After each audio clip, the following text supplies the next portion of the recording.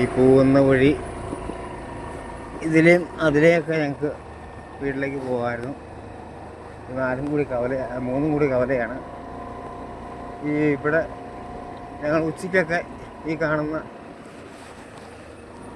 കാണുന്ന മാവൊക്കെ ഞങ്ങളൊക്കെ അന്ന് ഉച്ചയ്ക്ക് ചാപ്പാട് അടിച്ചിട്ട് വന്നിരിക്കുന്നത്. ഈ ഒരു മരം കണ്ടോ,